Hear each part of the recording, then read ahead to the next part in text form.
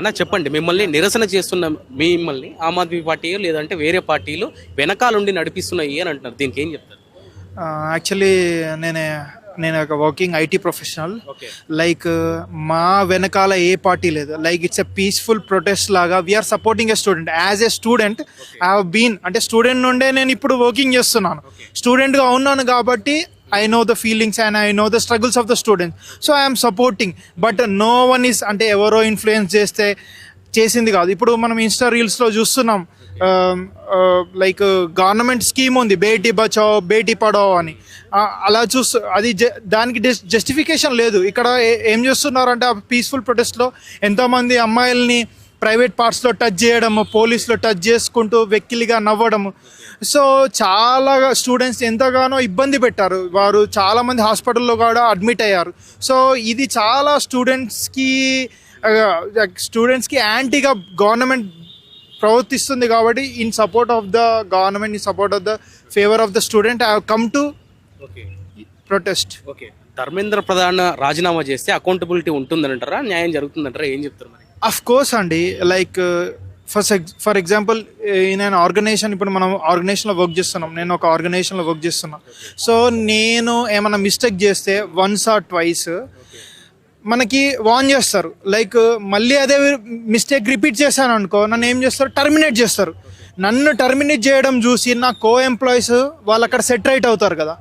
So ఇక్కడ పదే paper leaks అవుతున్నాయి మినిస్ట్రీలో. సో ధర్మేంద్ర ప్రధాన్ని రిజైన్ చేస్తే ఈ షుడ్ బి అకౌంటబుల్. తనను రిజైన్ చేయడం వల్ల మిగతా నెక్స్ట్ వచ్చి ఆ సీట్లో కూర్చున్న వారికి ఫియర్ ఉంటుంది, fear of ruling, fear of power. So తను కేర్ఫుల్గా ఉండి నెక్స్ట్ టైం అలాంటి మిస్టేక్ జరగకుండా చూస్తారని అందరి మా అభిప్రాయం, ఇండివిజువల్గా నా ఒపీనియన్. ఓకే, సెంట్రల్ గవర్నమెంట్ దగ్గర అకౌంటబిలిటీ లేక, ఆన్సర్ లేకనే మొన్న జంతర్ మంతర్ వద్ద టియర్ గ్యాస్ మరియు లాఠీ చార్జ్ చేసిందని చెప్పుకోవచ్చా? అఫ్ కోర్స్ వాళ్ళు పీస్ఫుల్గా ప్రొటెస్ట్ చేస్తామని వారు ముందే 24 hours ముందు ప్రెస్ నోట్ రిలీజ్ చేశారు. దాని ముందే సోనం వాక్చుక్ని లైక్ పోలీస్ వచ్చేసి లైక్ వితౌట్ ఇన్ఫర్మేషన్ అక్కడ నుండి లిఫ్ట్ చేసుకొని వెళ్ళిపోయారు. తర్వాత పీస్ఫుల్గా మేము పార్లమెంట్కి మార్చ్ చేస్తాం, ప్రొటెస్ట్ చేస్తామంటే వీరే స్టూడెంట్స్ని ప్రొవోక్ చేసి టియర్ గ్యాస్ వేసి లాఠీ చార్జ్ చేసి స్టూడెంట్స్ని రెచ్చగొట్టారు. మీరు చూస్తూ ఉంటారు ఇన్స్టా రీల్స్లో ఎంతగానో స్టూడెంట్ ఓపికతోని మారో sir. Even though students back ఏం అసలు చాలా పోలీస్కి ఏం హాని చేయకుండా చేస్తున్న గవర్నమెంట్ ఇలా చేసింది.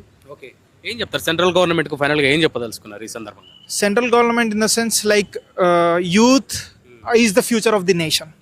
సో యూత్ని ఏ గవర్నమెంట్ అయితే పట్టించుకోదో, we have seen in Nepal.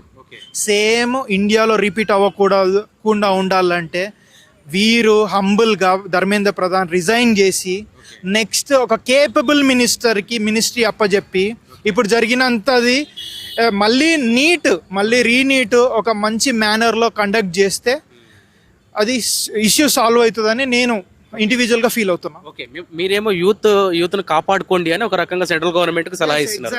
ఆ క్వశ్చన్ చేస్తున్న యూత్ని యాంటీ నేషనల్స్ వీళ్ళు అని చెప్తున్నారు, దీనికి ఏం చెప్తారు మరి?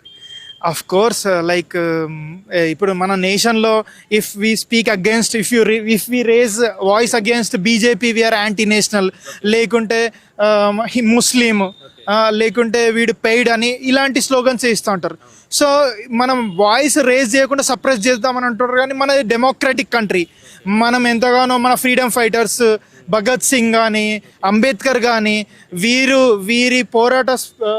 ఎంతగానో ఫ్రీడమ్ ఫైట్ చేసి మనకు వాళ్ళు ఇన్స్పిరేషన్గా ఉన్నారు. కాబట్టి మనం వాయిస్ రేజ్ చేయకుండా ఉండకూడదు, కాబట్టి వాయిస్ రేజ్ చేస్తున్నాం మనం.